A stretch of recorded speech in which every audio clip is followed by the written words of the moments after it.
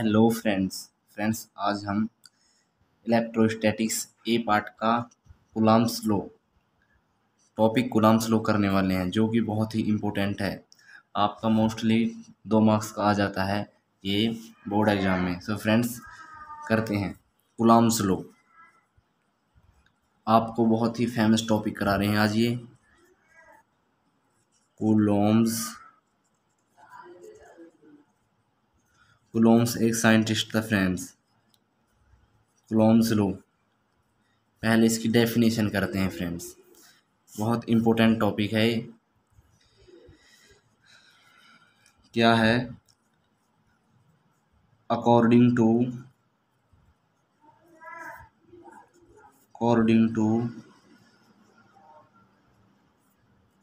Coulomb's law,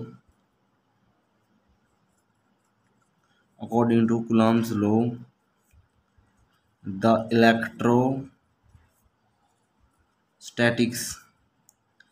आपको electrostatics का मतलब तो फ्रेंड्स पता ही होगा, मैंने प्रीवियस वीडियो में समझाया है। Electrostatics force of interaction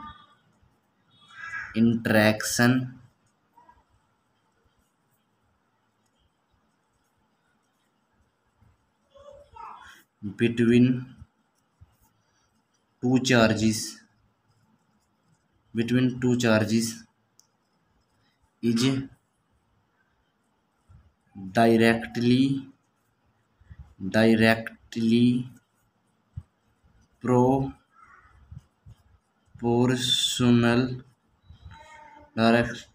proportional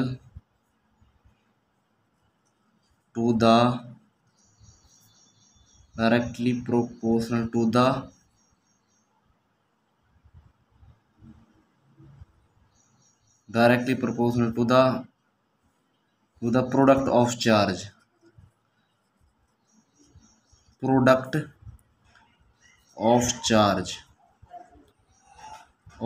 and inversely proportional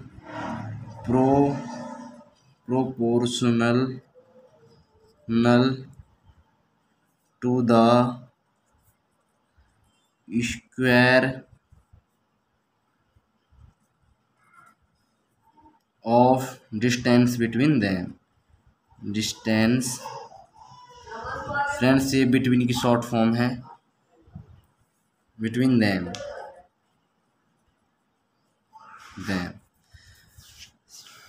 so students समझिएगा, आपको ये डायरेक्टली अपनी नोट या नोट्स में उतार लेना है। डेफिनेशन को समझना है एक बार। Coulomb's law, according to Coulomb's law, Coulomb's के अनुसार the electrostatics force of interaction between two charges, मतलब दो चार्जों के बीच में जो फोर्स है, दो समझिएगा फ्रेंड्स, ये दो चार्ज हैं Q1 और Q2।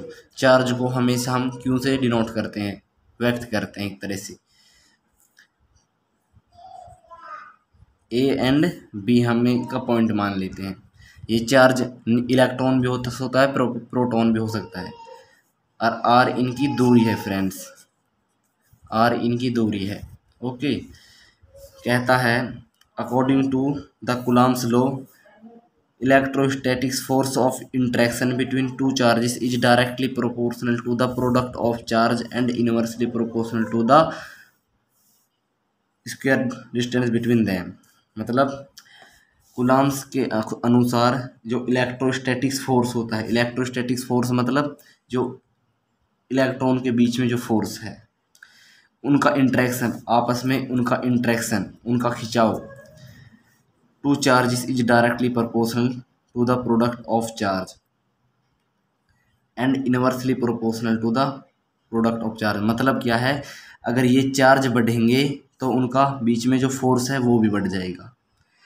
इलेक्ट्रोस्टैटिक्स फोर्स कह रहा है ना electrostatic force interaction between two charges, दो चार्जों के बीच का जो फोर्स है वो बढ़ जाएगा। यहाँ तक कंप्लीट, यहाँ तक। अब ये है inversely proportional to the square distance between them, मतलब इनवर्सली का मतलब है अगर ये बढ़ेगा तो ये कम हो जाएगा, उल्टा होता है इनवर्सली। सो फ्रेंड्स हम देखना कि जो फोर्स है वो डायरेक्टली प्रोपोर्शनल होता है इन चार्जों के। हमने यही इसी डेफिनेशन को लिख रहे हैं यहाँ पर, Q1 एंड Q2। इक्वेशन 1 जो फोर्स है वो डायरेक्ट इनवर्सली प्रोपोर्शनल होता है, इनवर्सली को लिखते हैं हम 1 distance square of distance between them, यानी कि स्क्वायर यानी कि वर्ग, उसने डेफिनेशन में बोला है। तो फ्रेंड्स मुझे लग रहा है आपको ये वाली लाइन अभी तक समझ में नहीं आई, तो देखिएगा ये लाइन कह रही है कि अगर ये चार्जों की दूरी बढ़ेगी ना, अगर इन ये चार्ज एक यहाँ पर अगर एक यहाँ पर हो गया तो इनकी जो फोर्स है, जो इनके बीच में जो फोर्स लग रहा है वो कम हो जाएगा। ये इनवर्सली का मतलब होता है कम हो जाएगा, उल्टा होता है। अगर ये बढ़ेगा तो ये घट जाएगा, अगर ये बढ़ेगा तो ये घट जाएगा, है ना। तो फ्रेंड्स आप आई होप मुझे ये आपको समझ में आ गया होगा। बाय यूजिंग इक्वेशन 1 एंड 2 आप फ्रेंड्स जैसे जैसे मैं आपको करा रहा हूँ आप इन्हें 1 बाय 1 अपने नोट्स में उतारे चलेगा। अब हम इन दोनों को यूज कर रहे हैं, फोर्स दोनों में कॉमन है तो फोर्स ले लिया, डायरेक्टली प्रोपोर्शनल दोनों में है तो ले लिया Q1 एंड Q2 अपॉन में R स्क्वायर, क्योंकि 1 को तो हम लगाते हैं हमें। सो फ्रेंड्स इन दोनों को यूज करके हमें सिंगल ये बना, है ना, कुछ भी नहीं है, फोर्स दोनों में था ओके, डायरेक्टली प्रोपोर्शनल दोनों थे ओके, लेकिन एक इनवर्सली था ले लिया, Q1 और Q2 डायरेक्टली प्रोपोर्शनल थे वो ऊपर हमने ले ली। सो फ्रेंड्स यहाँ तक आपको समझ में आ गया होगा।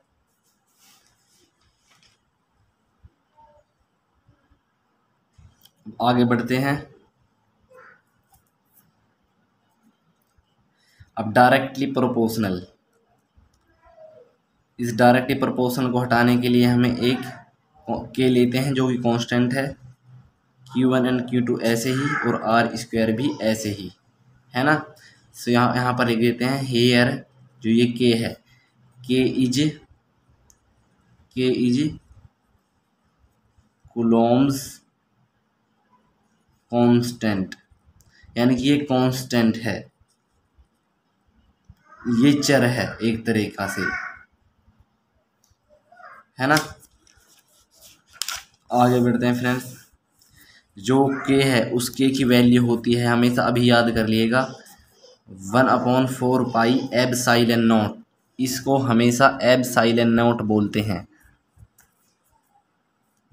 इसको एप्सिलॉन नॉट बोलते हैं, एप्सिलॉन नॉट।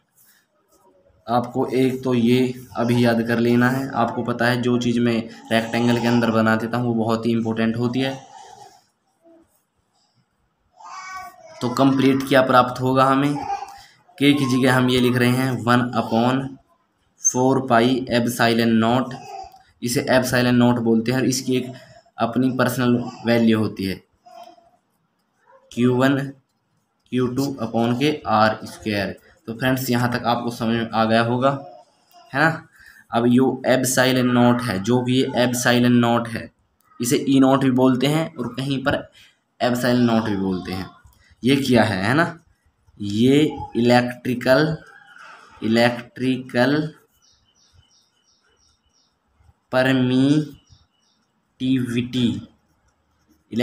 परमिटिविटी है इन फ्री स्पेस,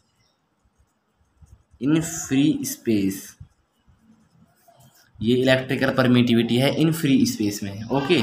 मतलब क्या है, ये वो वैल्यू होती है अगर जो कोई कंप्लीट वैल्यू है ना, ये कोई कंप्लीट वैल्यू है लेकिन कुछ वैल्यू उसमें कमी पड़ जाए, है ना। ये सपोज कीजिएगा यहाँ पर रफली बता रहा हूँ ये कि 9.999 है ना। 1000 में इसे कुछ कुछ यानी कि कहते हैं 0.111 की जरूरत है, ले जो कि वो 0.1 की कमी, ये 1000 पूरा करने के लिए 0.1 इसे पूरा कर देगा, है ना। तो ये 0.1 ही है जो इसमें कमी को पूरा करता है, ये वो है। लेकिन करता है इन फ्री स्पेस में, जहाँ पर भी कोई कुछ नहीं हो, यानी कि कोई वाटर कुछ भी नहीं हो, एकदम फ्री क्लीन हो, फ्री स्पेस हो, वहाँ पर करता है। अभी इतना समझिएगा, कोई कन्फ्यूज़न क्रिएट मत करना कि हमने 11th नहीं पढ़ी कि हम कैसे समझेंगे, सब समझ में आएगा। इस चैनल पर बने रहिएगा। ओके फ्रेंड्स, तो ई नोट की वैल्यू यानी एप्सिलॉन नोट की वैल्यू कितनी होती है, ये 1 नंबर में आ जाती है। इसे अभी याद कर लीजिएगा, 8.85 इंटू 10⁻⁻⁻⁻, ये ई नोट की वैल्यू होती है। और के की वैल्यू क्या होती है, के की वैल्यू होती है 9 इंटू 10⁻+9, ये होती है फ्रेंड्स। इसे भी अभी याद कर लीजिएगा। ओके, अब इनकी हम यूनिट और डायमेंशन फार्मूला और निकाल देते हैं, वो भी 1 नंबर में आ जाते हैं। यूनिट ऑफ के, यूनिट ऑफ के है ना, और यहाँ पर निकाल रहे हैं हम unit of epsilon not, unit of epsilon naught. Friends, unit का मतलब पता है ना, यूनिट का मतलब होता है कि जिससे कोई चीज़ बनी होती है, यानी कि इकाई। जैसे कि मैं आपको बताऊं, यूनिट है ना, लेंथ की यूनिट क्या है, मीटर है, क्योंकि उसे हम मीटर में मापते हैं, स्टैंडर्ड यूनिट होती है। जो करंट की एम्पेयर, उसे हम एम्पेयर में मापते हैं हमेशा। यूनिट उसे कहा था जिससे कोई चीज़ बनी होती है ना, इकाई। सो यूनिट ऑफ के, सो कैसे निकलेगी, हमें इस फॉर्मूलों पर जाना है जो हमने अभी करा है। ये F इजिकल टू के Q1 और Q2, Q1 Q2 पता है ना फ्रेंड्स क्या है, ये चार्ज हैं। के की वैल्यू निकालनी है ना, के को हम क्रॉस मल्टीप्लाई कर देंगे, के को यहाँ पर ले आएंगे, के Q1 Q2। फ्रेंड्स, आपको बिल्कुल भी कन्फ्यूजन नहीं करना है कि हम एकदम घबराना नहीं है, हम एकदम 12th का कैसे पढ़ेंगे।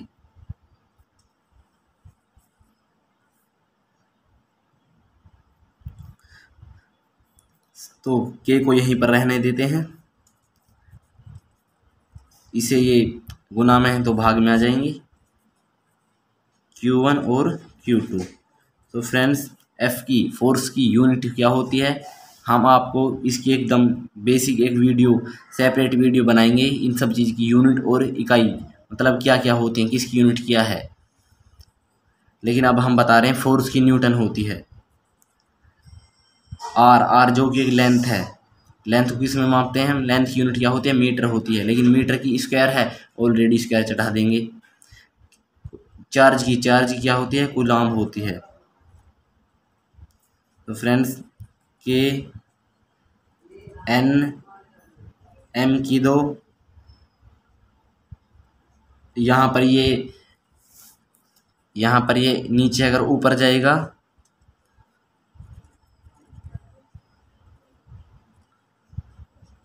तो कूलाम की 1, कूलाम की 1, माइनस माइनस प्लस, है ना। तो फ्रेंड्स, C-2 यानी कि K-2, इसकी यूनिट फ्रेंड्स ये आई है।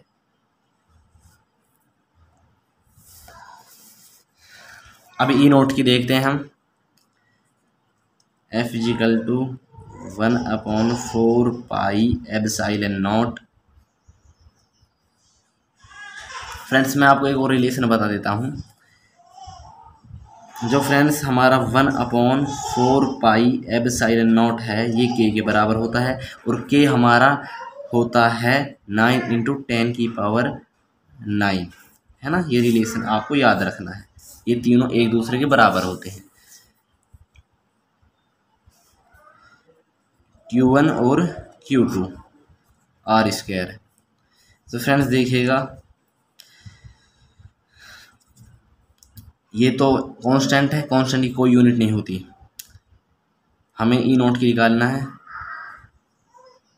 तो क्या बचेगा,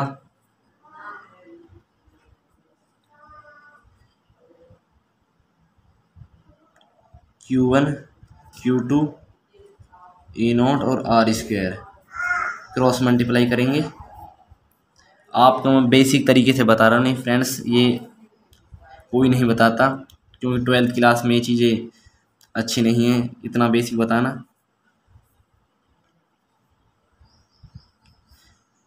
फ्रेंड्स करते हैं, ई नॉट आर स्क्वायर और एफ, यहाँ पर इसकी करी और इसकी यहाँ पर करी, Q1 और Q2 है ना, ई नॉट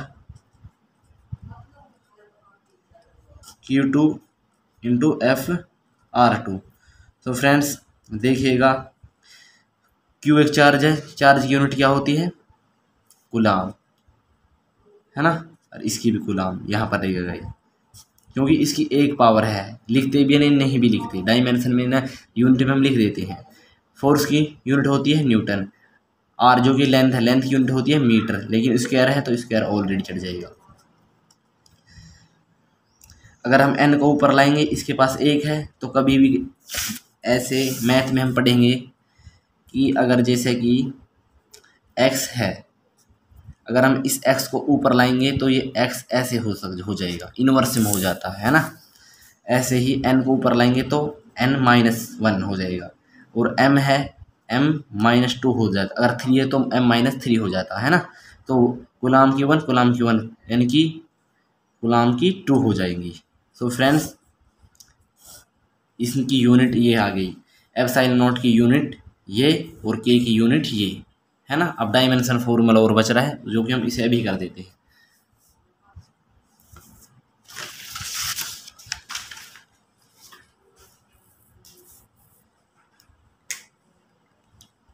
फ्रेंड्स अब आते हैं हम डायमेंशन फॉर्मूले पे, है ना।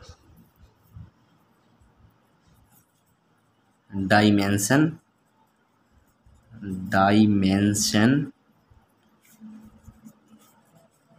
फॉर्मूला, है ना।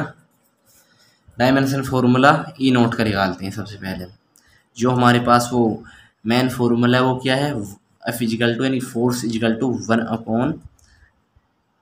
1/4 pi epsilon naught into Q1 Q2 upon के आर स्क्वायर, है ना। ये गिवन है, इसे स्टैंडर्ड फॉर्मूला है, इसे आपको भूलना नहीं है, ये याद रखना है। कूलम्ब्स लॉ ने हमें ये रिलेशन दिया है, अभी हमने करके आए हैं।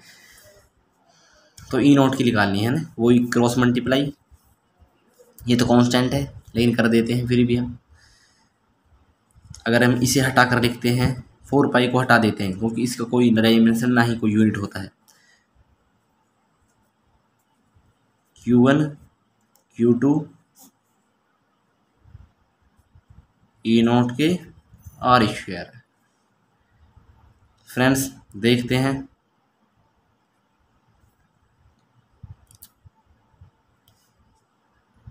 क्रॉस मल्टीप्लाई करिए,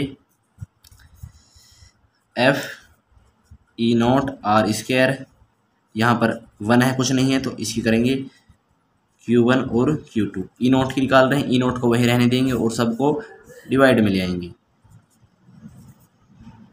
ई naught Q1 Q2 F R square, है ना। सो फ्रेंड्स देखिएगा, Q यानी कि चार्ज की डायमेंशन फॉर्मूला क्या होता है, AT। कैसे होता है देखिएगा, जो हमने प्रीवियस वीडियो थी उसमें हमने एक इलेक्ट्रिक करंट टॉपिक पढ़ा था, उसमें करंट का फॉर्मूला क्या था, I इजिकल टू Q/T होता है ना। तो की वैल्यू निकालेंगे Q की, IT, है ना।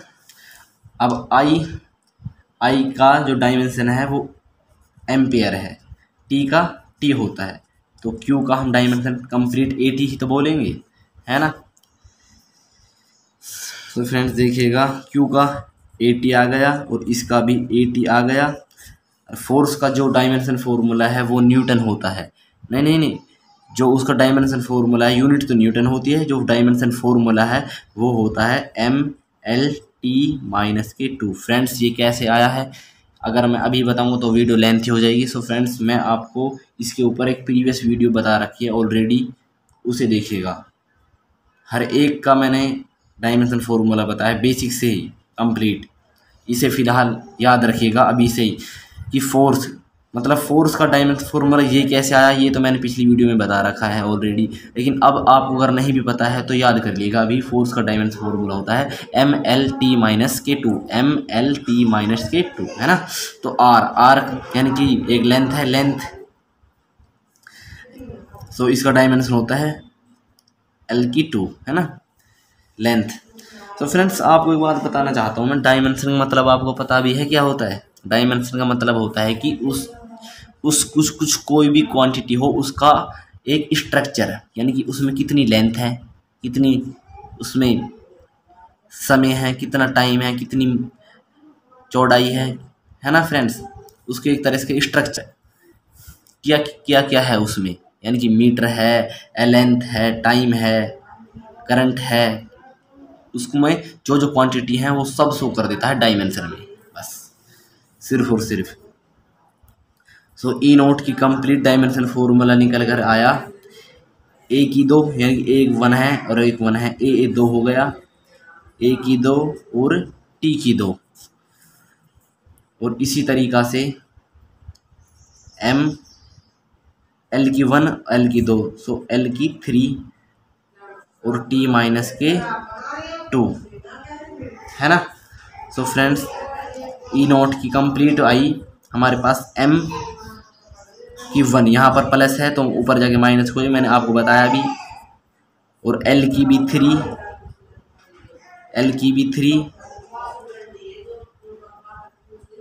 और टी यहाँ पर माइनस के ऊपर जाके प्लस का हो जाएगा, तो 2 और 2 यहाँ पर, तो टी की कंप्लीट 4 हो जाएगा।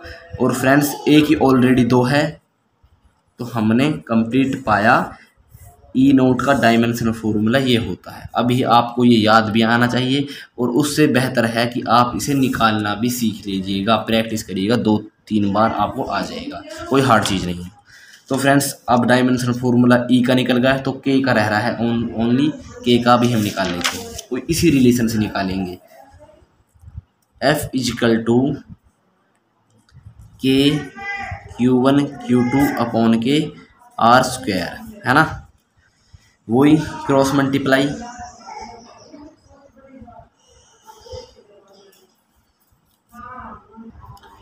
क्रॉस करते हैं, यहाँ पर आए K(Q1Q2) और इसकी यहाँ से करें और इसकी करेंगे F(R²) है ना। के की निकालनी है ना, तो F।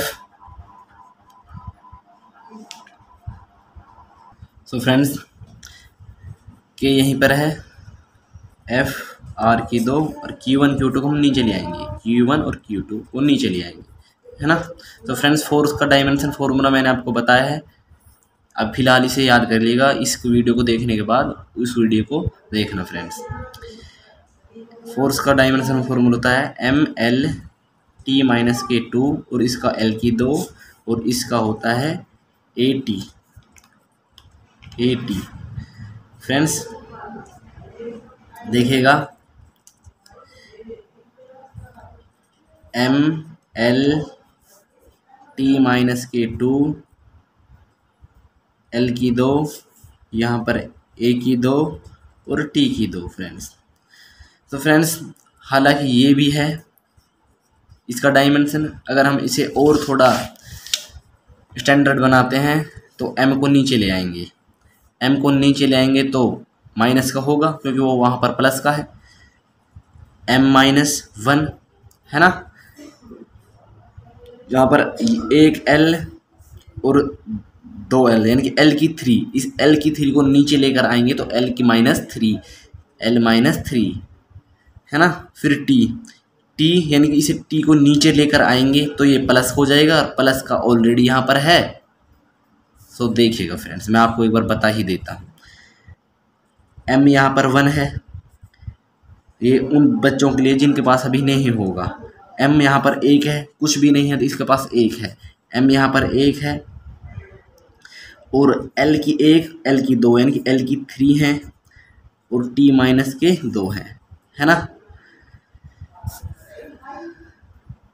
और a की 2 है और t की 2 है। अब देखना m प्लस का है, अगर इसे हम नीचे लेके आएंगे तो m माइनस 1 हो जाएगा। ओके, l प्लस का है, इसे हम नीचे लेकर आएंगे तो l3 हो जाएगा। ओके, t यहाँ पर माइनस का है यानी कि अपोजिट साइन हो जाते हैं, प्लस का है तो माइनस हो जाता है, माइनस का है तो प्लस हो जाता है। अगर हम t को नीचे लेकर आएंगे t प्लस हो जाएगा यानी कि t की 2 t की टोटल 4 हो जाएंगी, है ना। और a ऑलरेडी पॉजिटिव है ही, तो कंप्लीट k का डायमेंशन फॉर्मूला हमारे पास प्राप्त हुआ। It is a required answer. Okay friends, तो फ्रेंड्स आज का ये छोटा सा टॉपिक था हमारा कूलम्ब्स लॉ, जो कि बहुत ही इम्पोर्टेंट था। तो फ्रेंड्स चल आज के लिए इतना ही। चैनल को ज़्यादा से ज़्यादा सब्सक्राइब कीजिएगा।